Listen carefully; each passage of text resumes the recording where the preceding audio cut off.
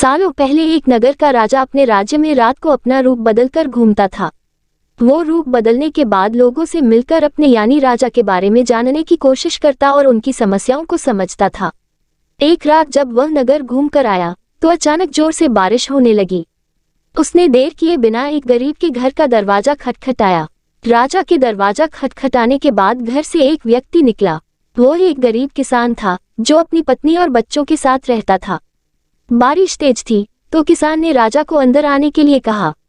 राजा ने घर में जाने के बाद पूछा, क्या आप मुझे कुछ खिला सकते हैं? मुझे बहुत तेज भूख लगी है। वो गरीब किसान और उसका परिवार 3 दिनों से भूखा था और उसके घर में एक भी दाना अन्न का नहीं था। किसान के मन में हुआ कि भले ही हम भूखे हैं लेकिन अपने अतिथि को यूं भूखा नहीं रख सकते। अब किसान ये सोचकर बेचैन हो गया कि अपने अतिथि का पेट कैसे भरा जाए। तभी उसने घर के सामने वाली दुकान से चावल चुराने की तरकीब सोची। उसने सिर्फ अतिथि के लिए ही 2 मुट्ठी चावल लिया और उसे पकाकर राजा को खिला दिया। तब तक बारिश रुक गई थी और राजा अपने घर चला गया। दूसरे दिन दुकान का मालिक अनाज की चोरी की शिकायत लेकर राजा के पास पहुंचा।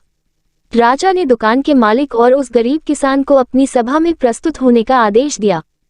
सबसे पहले सभा में पहुंचे किसान ने राजा के सामने जाकर अपनी चोरी का इल्जाम कबूल कर लिया और बीती हुई रात की पूरी बात राजा को बता दी। किसान राजा से कहता है कि मैंने चोरी की लेकिन मेरे परिवार ने उस अनाज का एक निवाला भी नहीं खाया। गरीब किसान की बातें सुनकर राजा बहुत दुखी हुआ और उसने किसान को बताया कि अतिथि के रूप में मैं स्वयं तुम्हारे घर आया था। इसके बाद राजा ने सभा में पहुंचे दुकानदार से पूछा कि क्या आपने अपने पड़ोसी को चोरी करते हुए देखा था? दुकानदार ने जवाब दिया कि हाँ, मैंने इसे रात में चोरी करते हुए देखा था। दुकानदार की बात सुनने के बाद राजा कहता है कि इस चोरी के लिए मैं पहले जिम्मेदार हूँ और फिर दूसरा तुम हो, क्योंकि तुमने अपने पड़ोसी को अनाज की चोरी करते हुए देखा मगर कभी उसके भूखे परिवार को नहीं देखा। तुम अपने पड़ोसी होने का धर्म बिल्कुल निभा नहीं पाए।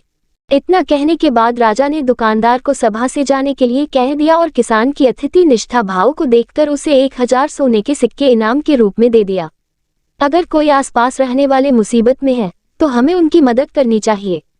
दोस्तों, अगली कहानी देखने के लिए चैनल को अभी सब्सक्राइब करें।